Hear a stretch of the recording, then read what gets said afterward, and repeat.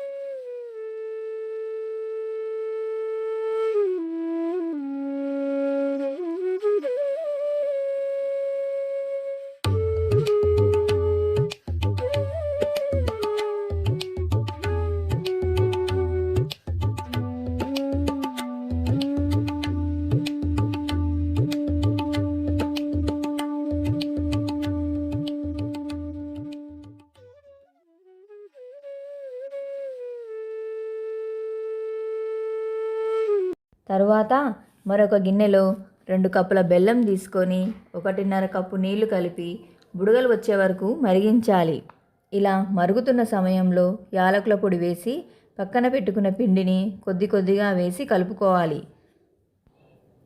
ఇప్పుడు స్టవ్ సిమ్లో పెట్టుకొని పిండి కొద్దిగా గట్టిపడే వరకు ఉడికించుకోవాలి. ఇలా ఉడికించిన పిండిని చల్లారే వరకు పక్కన పెట్టుకోవాలి. ఒకవేళ పిండి కన్సిస్టెన్సీ లూజ్గా ఉన్నట్లయితే కొద్దిగా గోధుమ పిండి కలుపుకోవచ్చు. నేను చెప్పే కొలతలతో చేస్తే 25 అరిసెల వరకు అవుతాయి.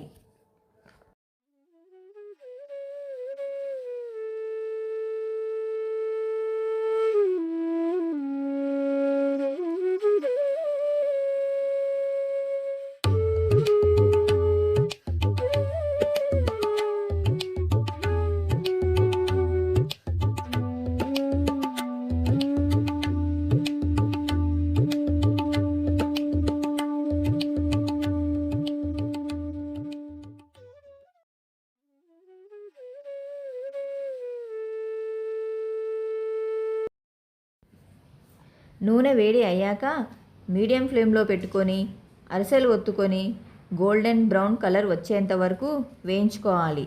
మనం చేసుకున్న అరిసెలు మెత్తగా ఉండాలంటే చల్లారే వరకు మూత పెట్టకుండా ఉండాలి. అలాగే మన పేజ్తో వాట్సాప్ గ్రూప్ కూడా ఉంది. లింక్ డిస్క్రిప్షన్లో పెడతాను, వెళ్ళి జాయిన్ అవ్వండి. ఈ రెసిపీ నవరాత్రులలో అలాగే ఎటువంటి వ్రతానికైనా నైవేద్యంగా చేసుకోవచ్చు.